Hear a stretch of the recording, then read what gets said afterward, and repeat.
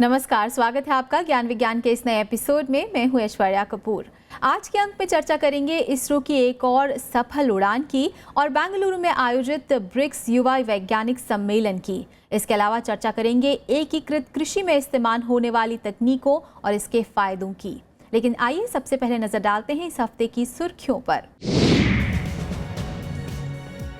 CSIR ने पूरे किए सफलता के 75 साल। दिल्ली में आयोजित हुआ प्लैटिनम जुबली कार्यक्रम। सफल हुआ इसरो का PSLV C-35 मिशन। 2 अलग अलग कक्षाओं में स्थापित किए 8 उपग्रह। बेंगलुरु में आयोजित हुआ युवा वैज्ञानिक ब्रिक्स सम्मेलन। विभिन्न मुद्दों पर हुई चर्चा। मछलियों के पंखों से ऊर्जा उत्पादन की नई तकनीक, भारतीय वैज्ञानिकों का ताजा शोध। और खोज खबर में चर्चा करेंगे एकीकृत कृषि और इसमें इस्तेमाल होने वाली वैज्ञानिक तकनीकों के बारे में। और अब खबरें विस्तार से। सफलता का लंबा सफर तय करते हुए council of scientific and industrial research यानी कि CSIR ने अपनी स्थापना के 75 साल पूरे कर लिए हैं। इसी उपलक्ष्य में दिल्ली में 26 सितंबर को CSIR की प्लैटिनम जुबली आयोजित की गई, जिसका उद्घाटन प्रधानमंत्री नरेंद्र मोदी ने किया। इस मौके पर बीते सालों में CSIR द्वारा देश की प्रगति में दिए गए योगदान पर चर्चा की गई। आइए देखते हैं ये रिपोर्ट।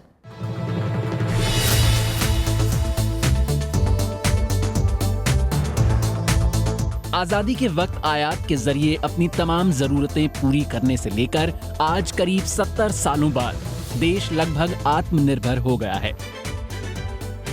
इस मुकाम को हासिल करने में विज्ञान और तकनीकी खासी मददगार रही है। खासकर देश में राष्ट्रीय प्रयोगशालाओं की संस्था council of scientific and industrial research का इस दिशा में अहम योगदान रहा है। 1942 में गठित CSIR ने 26 सितंबर को अपना प्लैटिनम जुबली समारोह मनाया। CSIR had left an indelible mark on every sphere of life with an all-round approach to research and development. CSIR is a reflection of India in its diversity and heterogeneity. अपने संबोधन में प्रधानमंत्री ने CSIR की वैज्ञानिक और तकनीकी उपलब्धियों पर बधाई दी और भारतीय समाज की जरूरतों और खासकर कृषि और स्वास्थ्य के क्षेत्र में समस्याओं को दूर करने के लिए त्वरित रिसर्च पर जोर दिया। श्री मोदी ने वैज्ञानिक समुदाय से छात्रों में विज्ञान के प्रति दिलचस्पी जगाने को कहा, ताकि वो नए विचारों के साथ आने वाले समय में रिसर्च पर आधारित उद्योगपति की भूमिका निभा सकें। इस मौके पर CSIR की प्रयोगशाला में विकसित 7 किस्म के पौधों को किसानों को समर्पित किया गया, जिन्हें 5 अलग अलग प्रयोगशालाओं में तैयार किया गया है। किसानों के साथ एक विशेष वीडियो संवाद में श्री मोदी ने उन्हें नवीन तकनीकी पर आधारित फसल उपजाने और उसकी मार्केटिंग का संदेश दिया। इस दौरान CSIR की उपलब्धियों को दिखाते हुए एक प्रदर्शनी का भी आयोजन किया गया। आयोजन में नामी गिरामी वैज्ञानिकों को कई पुरस्कारों से सम्मानित किया गया, जिसमें 2014-15 के लिए देश में विज्ञान का सबसे बड़ा शांति स्वरूप भटनागर पुरस्कार भी शामिल था।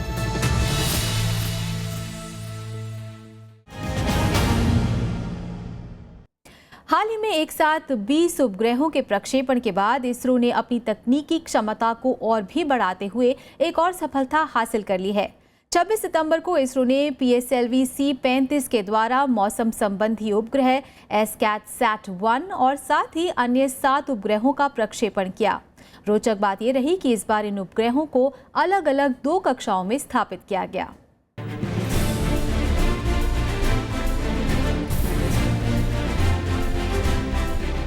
नई तकनीकी के विकास में इसरो के नए कीर्तिमान गढ़ने का सिलसिला जारी है। नया कीर्तिमान रचा है इसरो के पोलर सैटेलाइट लॉन्च व्हीकल, जिसने हाल में एक साथ 20 उपग्रहों को एक ही साथ उनकी कक्षा में स्थापित करने का रिकॉर्ड बनाया था। इस बार इसरो ने PSLV की एक ही फ्लाइट में 8 उपग्रहों को 2 अलग-अलग कक्षाओं में स्थापित करने में सफलता पाई है।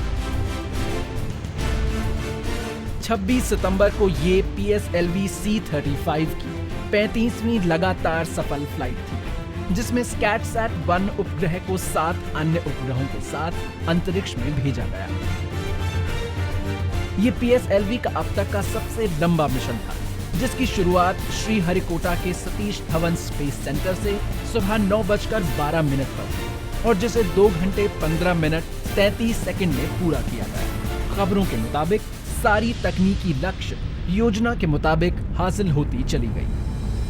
SCATSAT-1, we are receiving the signal even before injection, because as soon as the heat shield separation happened, we were getting the signal. Based on the actual signals received from this satellite, what we have confirmed is that solar panels are deployed, they are generating power, the antenna mechanism also deployed, and now the various control systems which are there on the satellite, which enable the satellite to be what we call 3-axis stabilized, all those operations are satisfactorily going on. PSLV ने सबसे पहले मुख्य उपग्रह SCATSAT-1 को polar सन synchronous कक्षा में 724 kilometre दूर विषुवत रेखा में 98.1 डिग्री पर स्थापित किया। रॉकेट से अलग होने के बाद SCATSAT-1 खुद ब खुद अपनी कक्षा में चला गया, जिसके बाद बेंगलुरु में इसरो की टेलीमेट्री, ट्रैकिंग और कमांड नेटवर्क ने उपग्रह का संचालन अपने हाथों में ले लिया। अन्य उपग्रहों में डुअल लॉन्च अडेप्टर अल्जीरिया के ALSAT-1B, ALSAT-2B और ALSAT-1N, कनाडा का NLS-19 और अमेरिका का पाथफाइंडर 1 अंतर्राष्ट्रीय उपग्रह शामिल थे। PSLV ने प्रथम और PSAT उपग्रहों को भी लॉन्च किया, जिन्हें IIT बॉम्बे और पेस यूनिवर्सिटी के छात्रों ने और दूसरा बेंगलुरु सहायता संघ ने तैयार किया था।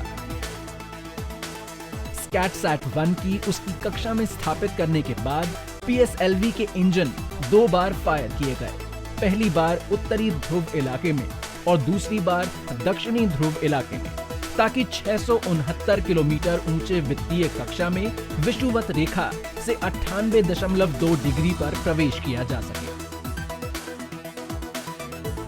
इसके साथ ही शेष 7 उपग्रहों को पहले से तय उनकी कक्षा में स्थापित किया गया। आने वाले दिनों में SCATSAT-1 को उसके वास्तविक कार्य के लिए इस्तेमाल करना शुरू किया जाएगा, जिसमें मौसम की भविष्यवाणी और खासकर चक्रवातों का पता लगाना और उन पर नजर रखना शामिल है।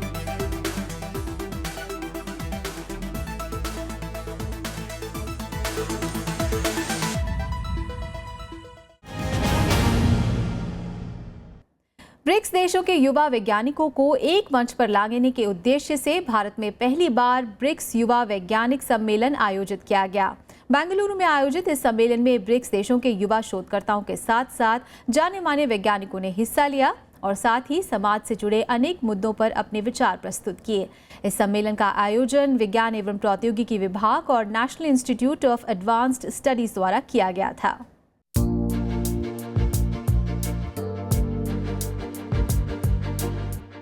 अक्सर रोजमर्रे के वैज्ञानिक क्रियाकलापों में युवा वैज्ञानिक कुछ सामान्य समस्याओं से रूबरू होते रहते हैं। इन समस्याओं का क्या समाधान हो, यही पहले ब्रिक्स युवा वैज्ञानिक सम्मेलन की थीम थी। बेंगलुरु में ये आयोजन विज्ञान और तकनीकी विभाग ने national institute of advanced studies के साथ मिलकर किया था, जो 25 सितंबर से 1 अक्टूबर तक चला। अपनी तरह के पहले आयोजन में ब्रिक्स देशों के करीब 50 युवा वैज्ञानिकों और शोधकर्ताओं ने हिस्सा लिया, जिसमें ब्रिक्स देशों में सामने आने वाली कुछ आम समस्याओं को भी संबोधित किया गया। There are certain things which cannot be done alone. Every country has its own natural advantages and needs for their country also vary. And what we believe is that instead of each one discovering the wheel, we jointly do that. And in the past, this has also always helped. BRICS देशों की एक वैज्ञानिक पहचान, पारंपरिक विज्ञान और विज्ञान में व्यक्तिगत ज्ञान का योगदान के अलावा तकनीकी और सामाजिक समानता पर भी चर्चा की गई। They are already doing science, some of them are developing technology. Can they do something at a level which would make a difference to the bottom of the pyramid? Would they make something very innovative which would transform the world? That's our idea, to trigger them. And I'm sure that something would trigger in their mind and go with confidence that if some people could do, I could also do. Maybe I could do even better than the person who spoke to me. युवा शोधकर्ताओं के अलावा इस आयोजन में BRICS देशों के 20 नामी गिरामी वैज्ञानिक, आविष्कारक और उद्योगपति भी शामिल हुए। कॉन्क्लेव का मकसद सकारात्मक सामाजिक बदलाव के लिए ब्रिक्स देशों में नए वैज्ञानिक विचारों के विकास और तकनीकी समाधान से जुड़े कार्यों का आपसी समन्वय था। उम्मीद है कि इस कॉन्क्लेव की मदद से विज्ञान और तकनीकी से जुड़े नए आयाम स्थापित होंगे, जो सामाजिक बदलाव लाने में अहम भूमिका निभाएंगे। कॉन्क्लेव में टैलेंट हंट पर भी एक सत्र रखा गया, जिसमें 15 नए विचारों और 2 महत्वपूर्ण रिपोर्ट्स पर चर्चा की गई। साल 2016 में भारत ब्रिक्स देशों का अध्यक्ष है, लिहाजा ब्रिक्स युवा वैज्ञानिक कॉन्क्लेव अपने आप में महत्वपूर्ण है। ये कॉन्क्लेव ब्रिक्स युवा वैज्ञानिक फोरम के पहल का नतीजा है, जिसे मार्च 2015 में ब्रासिलिया में दूसरे ब्रिक्स विज्ञान, तकनीकी और शोध मंत्रालयों की बैठक में गठित किया गया था।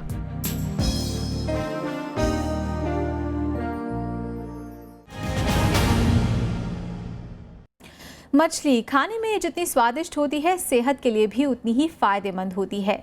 लेकिन वैज्ञानिकों ने इसकी एक और खूबी का पता लगा लिया है।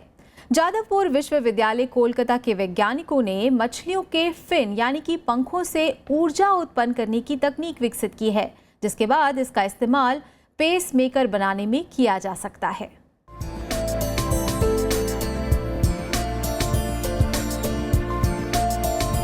भारत का मछली प्रेम जग जाहिर है।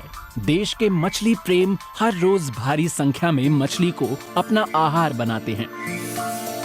यही मछली ऊर्जा उत्पादन का साधन बन जाए तो कैसा रहे। मछलियों से उत्पन्न कचरे से ऊर्जा तैयार करना मुमकिन है। सुनने में ये बिल्कुल सपने जैसा लगता है, लेकिन कोलकाता के जादवपुर विश्वविद्यालय में शोधकर्ताओं की एक टीम ने इस सपने को सच कर दिखाया है। टीम में शामिल सुजय कुमार घोष और दीपांकर मंडल ने ऐसी तकनीकी विकसित की है जिसमें मछलियों की पंखों के जरिए इलेक्ट्रॉनिक सामानों को ऊर्जा पहुंचाई जा सकती है। दरअसल मछलियों की पंखियों में कोलाजन फाइबर पाया जाता है, जिसमें ऊर्जा पैदा करने की क्षमता होती है। नई तकनीकी में जब इन पर बाहर से यांत्रिक दबाव डाला जाता है तो इससे बिजली पैदा होती है। अध्ययन के दौरान पहले शोधकर्ताओं ने मछलियों की पंखियों को लचीला और पारदर्शी बनाने के लिए प्रसंस्कृत किया। इसके लिए हर पंखी से 2 इलेक्ट्रोड जोड़कर उन पर परत चढ़ाई गई। ये पाया गया कि इन पर यांत्रिक दबाव डालने और इन्हें गति प्रदान करने पर ऊर्जा उत्पन्न होती है। गति प्रदान करने के लिए सामान्य झनझनाहट और दिल की धड़कन पर्याप्त है। उम्मीद है कि बायो पीएज़ो इलेक्ट्रिक नैनो जनरेटर नाम की इस तकनीकी का भविष्य में काफी इस्तेमाल हो सकता है। We found the fish scale is one of the good source because it is a waste product. So we used the fish scale directly to make it the devices which can give rise some sort of power. We named as the nano generator. So in particular, we more specifically it named as biopiezoelectric nano generator because fish scale is basically biopolymer. We can say it is like a natural source which have the inherent piezoelectricity, and we can very simple process we can able to fabricate a add value product which has the emerging future, the industrial applications. इस तकनीकी का विकास ऊर्जा पर आधारित pace makers के लिए किया जा सकता है। ऐसा उपकरण एक बार स्थापित करने पर दिल की धड़कन से ही ऊर्जा प्राप्त करती रहेगी और जब इसकी जरूरत नहीं होगी तो खुद ब खुद खत्म हो जाएगी।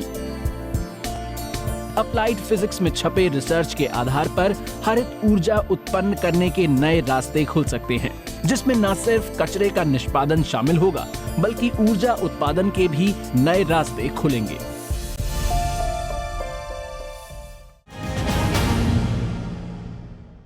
और यहाँ रुकते एक छोटे से ब्रेक के लिए, जल्द लौटेंगे वापस विज्ञान की और दिलचस्प खबरों के साथ।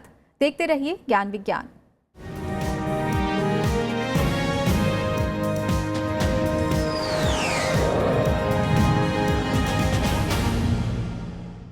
ब्रेक के बाद आपका फिर से स्वागत है। आप देख रहे हैं ज्ञान विज्ञान और देश और दुनिया में चल रही वैज्ञानिक हलचलों को जानने के लिए आइए नजर डालते हैं साइंस एक्सप्रेस पर।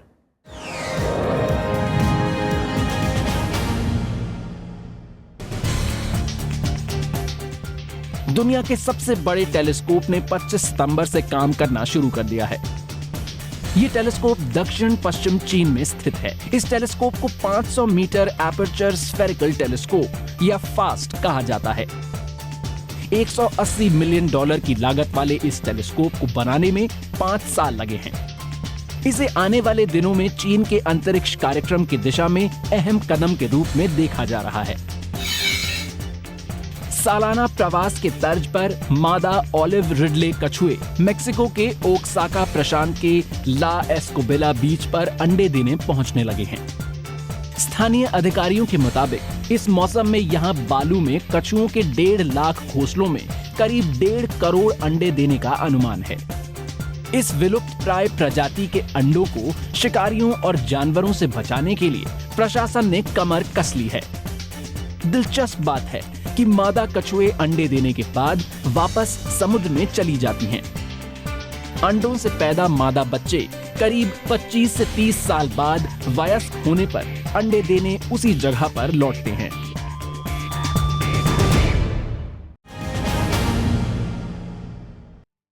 मौसम में आए परिवर्तन और अन्य कारणों के कारण आज पूरी दुनिया कृषि के ऐसे उपायों को अपना रही है जो वातावरण के अनुकूल तो हो ही, साथ ही फायदेमंद भी हो। इसी का एक उपाय है एकीकृत कृषि पद्धति, जिसमें किसान वैज्ञानिक तरीकों से कृषि को उन्नत बनाने के साथ साथ इससे जुड़ी तकनीकों का उपयोग कर मुनाफा कमा सकते हैं। पशुपालन, मत्स्य पालन, बीज उत्पादन और बागवानी के अलावा भी ऐसे कार्य हैं जो एकीकृत कृषि का हिस्सा है।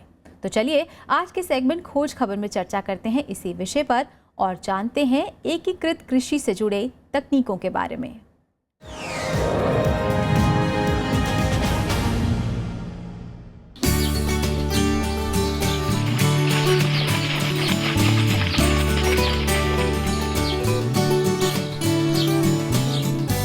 कृषि भारतीय अर्थव्यवस्था का केंद्र बिंदु है, जहां खाद्यान्न की लगभग सभी आपूर्ति कृषि द्वारा होती है। भारत के निर्यात व्यापार में भी सबसे ज्यादा कृषि उत्पादों का ही प्रतिशत होता है। वहीं इस अर्थव्यवस्था की रीढ़ की हड्डी है हमारे देश के किसान, जो विभिन्न खाद्य फसलों का उत्पादन कर न सिर्फ देश बल्कि पूरी दुनिया के लोगों का पेट भरते हैं। भारत की लगभग 60% से भी ज्यादा आबादी किसान है, जिनकी आय का एकमात्र माध्यम कृषि है। लेकिन मौसम में आए बदलाव, सूखा, पानी की कमी और बाजार में उचित मूल्य न मिल पाने जैसे और भी कई कारण हैं जो खेती किसानों के लिए मुश्किल बना रहे हैं। ऐसे में भारत के किसान एकीकृत कृषि पद्धति की ओर बढ़ रहे हैं, जिसमें वैज्ञानिक उपायों के द्वारा किसानों को कृषि के साथ साथ नए प्रयोग करने का अवसर मिल रहा है। किसान इस पद्धति द्वारा काफी मुनाफा भी कमा रहे हैं। दरअसल एकीकृत कृषि एक चक्र की तरह कार्य करती है, जिसमें सिर्फ फसलें ही नहीं बल्कि विभिन्न पौधे, पशु, पक्षी और मछलियां आदि एक दूसरे के उत्पादन में सहयोग करते हैं। भारत में कृषि के साथ साथ पशुपालन पुराने समय से किया जा रहा है। ये भी एकीकृत कृषि पद्धति का हिस्सा है। ऐसे किसान जिनके पास भूमि की कमी है, वो पशुपालन को अपना सकते हैं। इसमें मुख्य रूप से गाय, बकरी, मुर्गी आदि का पालन किया जाता है। पशुपालन के द्वारा सबसे ज्यादा मुनाफा दुग्ध उत्पादन में होता है, जिसमें दूध के साथ साथ इसकी प्रोसेसिंग और खुदरा बिक्री भी की जाती है। केवल अनाज से तो अपनी सारी आवश्यकताएं पूर्ति नहीं होगी, तो जो लोग खेती बाड़ी में अपने काम में लगे हैं वो साथ में पशुपालन व्यवसाय के साथ भी जुड़े हैं। वर्ष 2001 में 1 अक्टूबर को 8-10 कृषक परिवारों के साथ हम लोगों ने बैठक करके इस संस्था के कार्य की डेयरी के माध्यम से शुरुआत की। आज प्रतिदिन 15,000 लीटर से अधिक हम लोग दोनों समय सुबह शाम गांव में दूध इकट्ठा करके और उसको यहाँ ला करके प्रोसेसिंग कर रहे हैं। वहीं इन्हीं पशुओं के गोबर का उपयोग खाद के रूप में किया जाता है। रासायनिक उर्वरकों के उपयोग से मिट्टी की उर्वरकता घटती जा रही है, इसलिए आजकल बाजार में रासायन मुक्त खाद की मांग जोरों पर है। ऐसे में पशुओं से प्राप्त गोबर से किसान वर्मी कंपोस्ट तैयार कर सकते हैं और इसका उपयोग अपने खेतों में करने के साथ साथ इसे बेचकर लाभ भी कमा सकते हैं। वर्मी कंपोस्ट मुख्य रूप से गोबर, केंचुओं और खेती से बचे बेकार पदार्थों जैसे डंठल, सड़ी घास, भूसा, गोबर, चारा आदि का भी प्रयोग कर बनाई जाती है। इसके अलावा भी किसान गोबर का उपयोग बायोगैस प्लांट में कर सकते हैं और इससे प्राप्त ईंधन का उपयोग भोजन बनाने में कर सकते हैं। गोबर में ऊर्जा पर्याप्त मात्रा में होती है, जिसे बायोगैस प्लांट में किण्वन विधि के द्वारा गैस में परिवर्तित किया जाता है, जबकि गोबर गैस प्लांट में उपयोग के बाद निकले अवशेष का प्रयोग खाद के रूप में किया जा सकता है। कृषि उत्पादन के साथ साथ मधुमक्खी पालन भी एक महत्वपूर्ण साधन है। लगभग 85% फसलों के पौधे क्रॉस पॉलिनेटेड होते हैं, क्योंकि उन्हें बाहरी एजेंट की मदद से ही प्रजाति के एक अन्य पौधों से पराग प्राप्त करने की आवश्यकता होती है। ऐसे में जब फसल बढ़ रही होती है तो मधुमक्खियों के कुछ छत्तों को खेत में रखा जाता है। मधुमक्खियां परागकण में मदद करती हैं। इसी कड़ी में Indian society of agri business professionals नाम की संस्था किसानों को एकीकृत कृषि में प्रशिक्षण दे रही है। हमको अच्छे बीज नहीं मिल पाते थे, जिसके कारण हमारी उपज आधी अधूरी रहती थी, तो हमको आईसेफ संस्था की तरफ से अच्छे बीज हमको उपलब्ध हुए, तो उनसे हमारी पैदावार भी अच्छी हुई और बाजार भाव भी हमको अच्छा मिला। साथ ही साथ मधुमक्खी पालन को भी हमको दिया है, जिससे हमारे परागकण अच्छे होने लगे फसल का, तो उसमें 20-25% पैदावार भी बढ़ गई, साथ में शहद भी हमको मिलने लगे। ठीक इसी तरह कृषि के साथ साथ मत्स्य पालन से भी किसान मुनाफा कमा सकते हैं। इसमें वो कमल ककड़ी और सिंगाड़ा जैसे जलीय पौधे उगा सकते हैं और साथ ही मछलियों को भी पाल सकते हैं। इसके अलावा भी बागवानी, वृक्षारोपण, केले और मशरूम की खेती जैसे कई ऐसे विकल्प किसानों के पास हैं, जिसके द्वारा उन्हें आय के लिए सिर्फ खेती पर आश्रित रहने की जरूरत नहीं है। केंद्र और राज्य सरकारों के अलावा भी कई संस्थाएं हैं जो किसानों को एकीकृत खेती के लिए वित्तीय मदद करती हैं और साथ ही वैज्ञानिक जानकारियां भी मुहैया कराती हैं।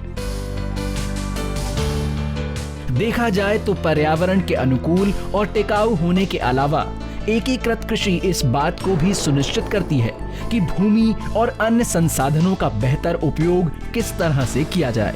जरूरत है तो किसानों को इसके महत्व को समझकर अपनाने की।